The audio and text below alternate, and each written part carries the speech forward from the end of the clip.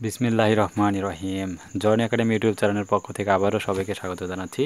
অক্ষরপত্র প্রকাশনীর বইয়ের আমাদের যে 3-এর ম্যাথগুলো রয়েছে, আমরা ইতিপূর্বে যে ম্যাথগুলো ছিল আমাদের পোলারের স্থানাঙ্ক কীভাবে প্রকাশ করতে হয় এবং পোলার সমীকরণে কীভাবে প্রকাশ করতে হয় এই রিলেটেড বিষয়গুলো আমরা শিখেছিলাম। সো এই পর্বে আমরা দেখব কার্তেশীয় স্থানাঙ্ককে কীভাবে কনভার্ট করতে হয়।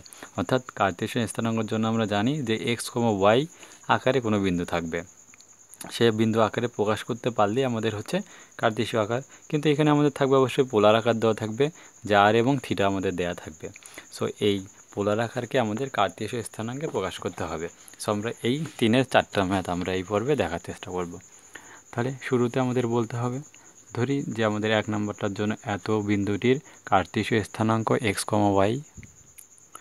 তো কার্তেশীয় স্থানাঙ্কের জন্য এক্সের সূত্র আমাদের ইউজ করতে হবে।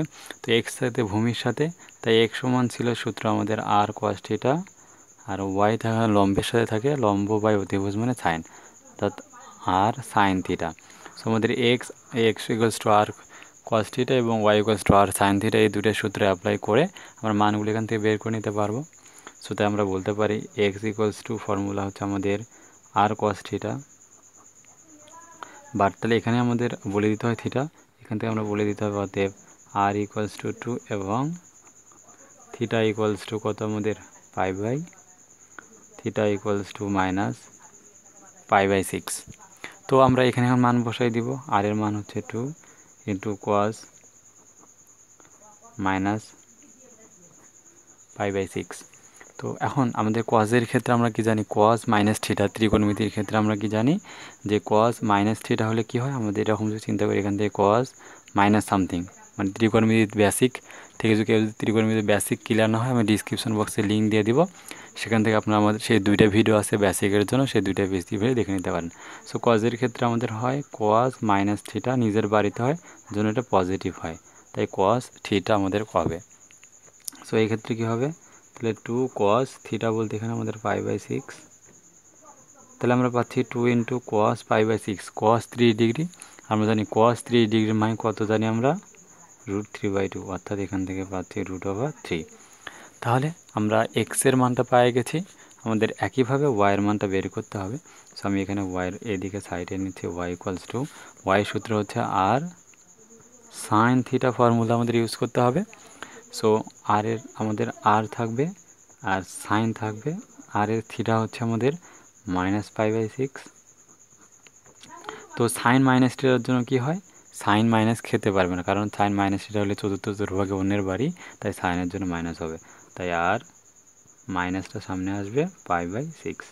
আর এখানে আমাদের কন্ডিশনটা উল্লেখ করে বলতে হবে, যেহেতু sine minus theta equals to minus sine theta, আর এখানে আমাদের হবে যে কস মাইনাস থিটা যদি চিন্তা করি তাহলে সেক্ষেত্রে কস থিটা।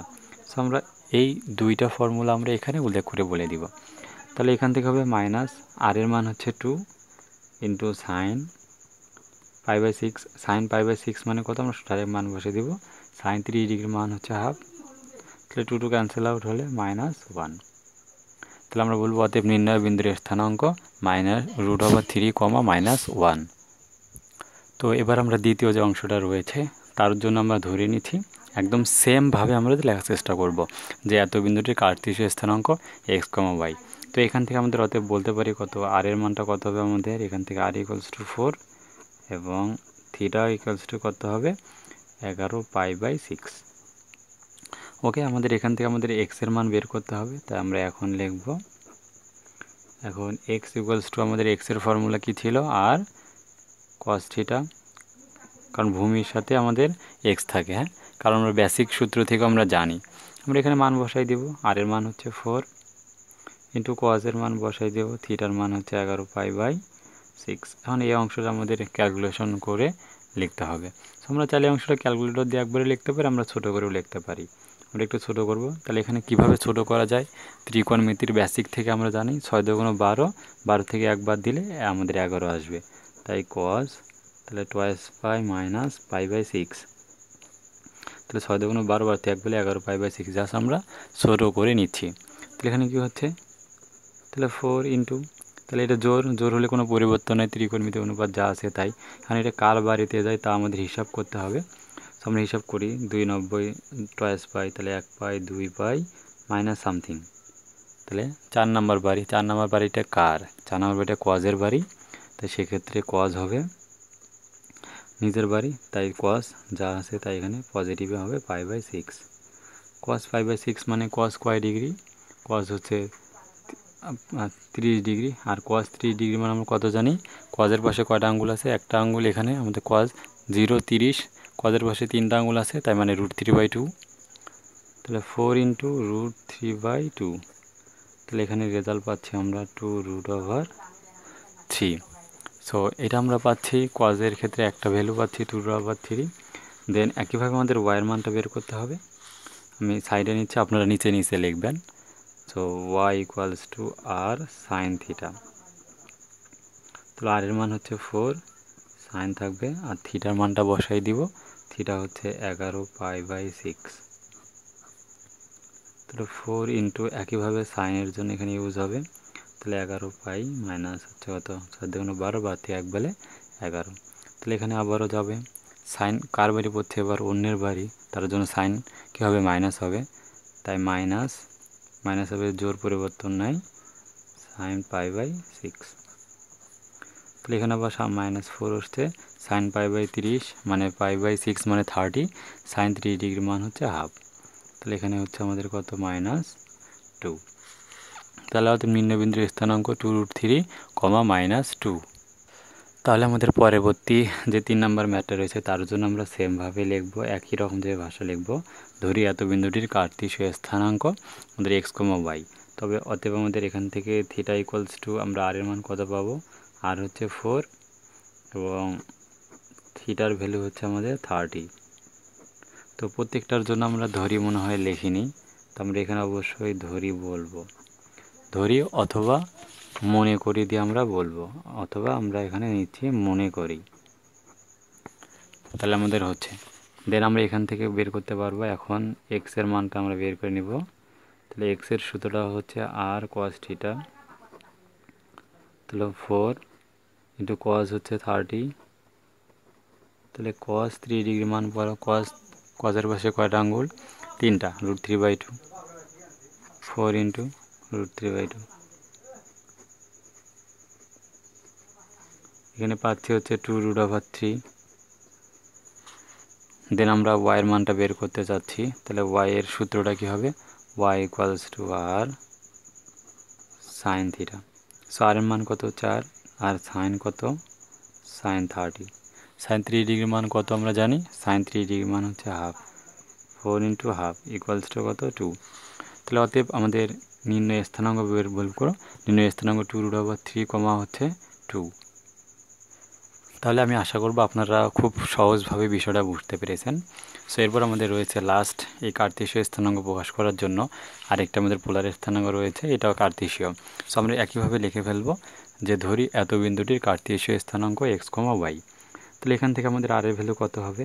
তো অতএব r = হচ্ছে 2 এবং থিটা কত বলতে পারি? থিটা এবার 225 ডিগ্রি। সো এবার স্থূলকোণ রয়েছে, যাই থাকুক আমরা আগে সূক্ষ্মকোণে কনভার্ট করে কাজগুলো করার চেষ্টা করব।